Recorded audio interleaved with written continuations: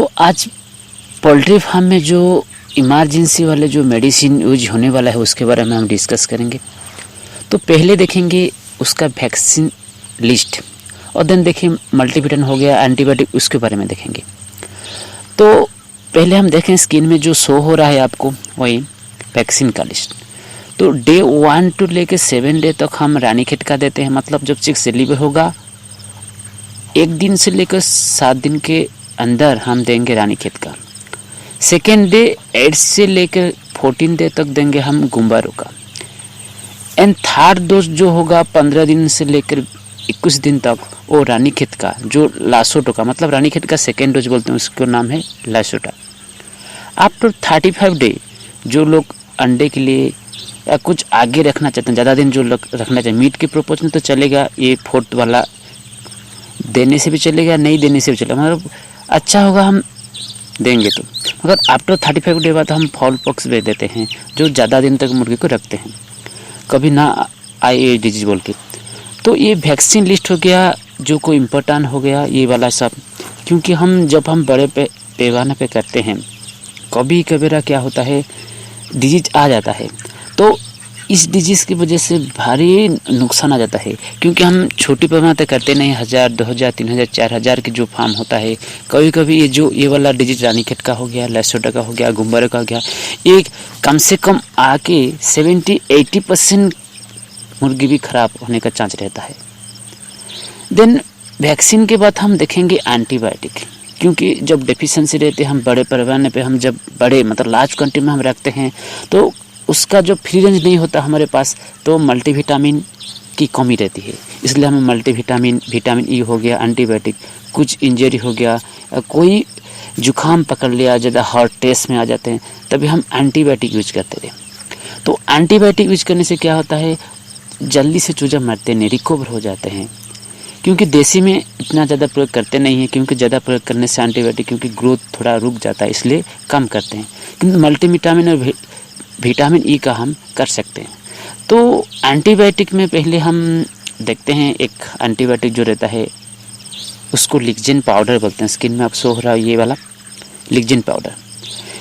ये आप दे सकते हैं। इसे भी मार्केट में बहुत सारे आते हैं, आप दे सकते हैं, उसके हिसाब से एंटीबायोटिक बहुत सारे हैं पोल्ट्री के लिए, मगर मैं आपको शो कर रहा हूँ कि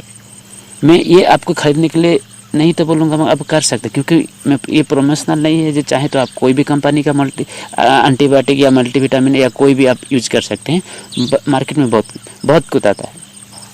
तो नेक्स्ट जो और एक हो गया जो मिनरल का जो हम देते हैं मल्टीविटामिन बोलते हैं जीप्रोमिन। पहले जो आप देखें लिक्जिन पाउडर वो एंटीबायोटिक के लिए देते हैं, मतलब अच्छा काम देता है, और जीप्रोमिन लिक्विड जो देख रहे हैं ये मिनरल में भरपूर है और ट्रेस में भी नहीं आते, मतलब एंटी स्ट्रेस नहीं आता, ज़्यादा हीट प्रूफ रहता है, सर्दी में भी उसका और ग्रोथ भी ठीक से होता है, एग प्रोडक्शन के लिए भी होता है। ये भी मेरा प्रोमोशनल वीडियो नहीं है, आप चाहें तो इस टाइप का मार्केट में बहुत सारे का जो मतलब मिनरल विटामिन अवेलेबल है। अब कोई भी सलाह है कि आप कोई वेटनरी में आप दूसरा कोई भी आप यूज़ कर सकते, मतलब आपको समझने के लिए मैं ये आपको शो कर रहा था। तो पहले हम देखेंगे जो देसी बाड़ हो गया, जैसे हम सोनाली चिक्स में सोनाली हो गया, कोई भी बॉयलर का हो गया या कॉयलर FFG हो गया, बाकी सब मुर्गी कोई भी देसी ब्रीड होगा तो उसमें हम जब फ्री रेंज में जब करते हैं तो उसमें कोई मल्टीविटामिन या कोई ज़्यादा वैक्सीन की ज़रूरत नहीं पड़ती, क्योंकि वो लोग पल्ले बड़े होते हैं फ्री रेंज में, उन लोगों को कीड़े मकोड़े सब मिल जाता है खाने के लिए और भरपूर मिनरल उन लोग को मिल जाता है। तो इसलिए उसको मल्टीविटामिन मतलब हम नहीं देंगे तभी कोई फ़र्क नहीं पड़ेगा सेट पे,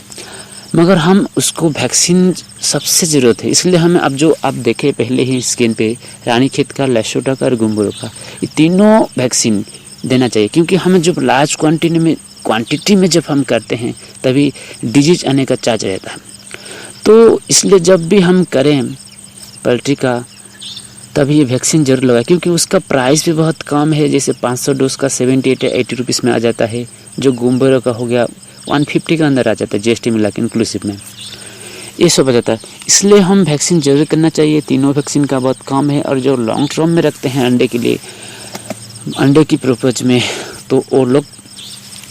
रख सकते हैं आराम से, मतलब फॉल पॉक्स भी दे सकते हैं। 4 नंबर का वैक्सीन जो रहता है पहला। तो देसी मुर्गे के लिए इतना कुछ टेंशन नहीं, मगर कभी क्योंकि जब हम 1000 मुर्गी के लिए करते हैं, कभी कभार क्या होता है डिजीज आ ही जाता है, क्योंकि हमारे जब विजिटर आते हैं न्यू फार्म पे तो कभी कभार अटैक हो ही जाता है। तो इसलिए हम क्या करते हैं, हमेशा हम उसको एंटीबायोटिक मल्टीविटामिन रखते हैं, एंटीबायोटिक भी रखते हैं, ग्रोथ सही से आए, कोई डिजीज भी पकड़ना पाए, क्योंकि जो हेल्थी रहेगा हमारा जो मुर्गा या मुर्गी, तो कोई डिजीज उसको पकड़ ना पाए। इसलिए हम हमेशा उसको ग्रोथ ठीक से रखते हैं, वजन वेट ठीक करके रखते हैं, मतलब विटामिन दे के रखते हैं जहाँ पे कोई प्रॉब्लम ना आए। तो इसलिए ये मल्टीविटामिन हो गया, एंटीबायोटिक हो गया, हमारे पास रहना चाहिए देसी के लिए भी। तो और बॉयलर के लिए तो हमें सबसे इम्पोर्टेंट होगा, बॉयलर के लिए तो हमें हमेशा हमारे पास मल्टीविटामिन हो गया, एंटीबायोटिक हो गया, हमेशा रहना चाहिए, क्योंकि वो बहुत जल्द स्ट्रेस में आ जाते हैं। और सबसे इम्पोर्टेंट चीज़ है हमारा जो जहाँ भी हम फार्म करते हैं ना, उस जगह में सबसे साउंडलेस होना चाहिए, क्लीनेस होना चाहिए, मतलब कोई नॉइजी प्लेस नहीं हो जाए। इसलिए हम फ्री रेंज में करते हैं, मतलब फ्री रेंज मतलब देसी जो छोटे पैमाने में लोग बैकवर्ड पोल्ट्री में अपने घर के आंगन के पीछे या आगे भी कर लेते हैं, मगर जो बड़े के पैमाने में करते हैं, बड़े लार्ज क्वांटिटी में रखते हैं, तभी हमें एक अच्छा प्लेस जरूरत रहता है जहाँ पे कोई सुनसान, कोई साउंड नहीं है, कोई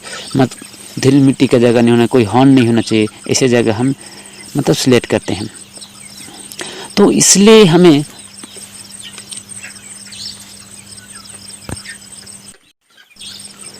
धूल मिट्टी हॉर्न के मतलब हो गया बाहर में जो प्रदूषित वायु आ जाता है, मतलब कोई नॉइज फ्लैश हो गया, धूल मिट्टी मतलब जो गाड़ी मोटर का जो आ गया, वही सब के बारे में। मतलब फार्म के अंदर वही इतना कोई प्रॉब्लम नहीं है उसके अंदर। तो हमारा पक्का होगा फार्म तभी भी चलेगा, और कच्चा होगा तभी भी चलेगा। मतलब पक्का होने से अच्छा है उसको हम मुर्दा जो बिछाते हैं, बाली जो समर के टाइम में जो रेत ऊपर रहते हैं उसमें भी चलेगा। मगर सबसे इम्पोर्टेंट है क्लीनेस, पहले बोल चुका हूँ, कोई भी फार्म होगा, ये इसका देसी हो गया, ब्रीड हो गया या बॉयलर का, सबसे इम्पोर्टेंट क्लीनेस होता है, क्योंकि उस टाइम में उन लोग का डाइजेशन में प्रॉब्लम आ जाता है। हम ज़्यादा धूल मिट्टी के अंदर या ड्रिंकर के फीडर के ऊपर में चला जाता है, हम ठीक से साफ नहीं करते हैं, उस टाइम में ज़्यादा दिक्कत आ जाता है।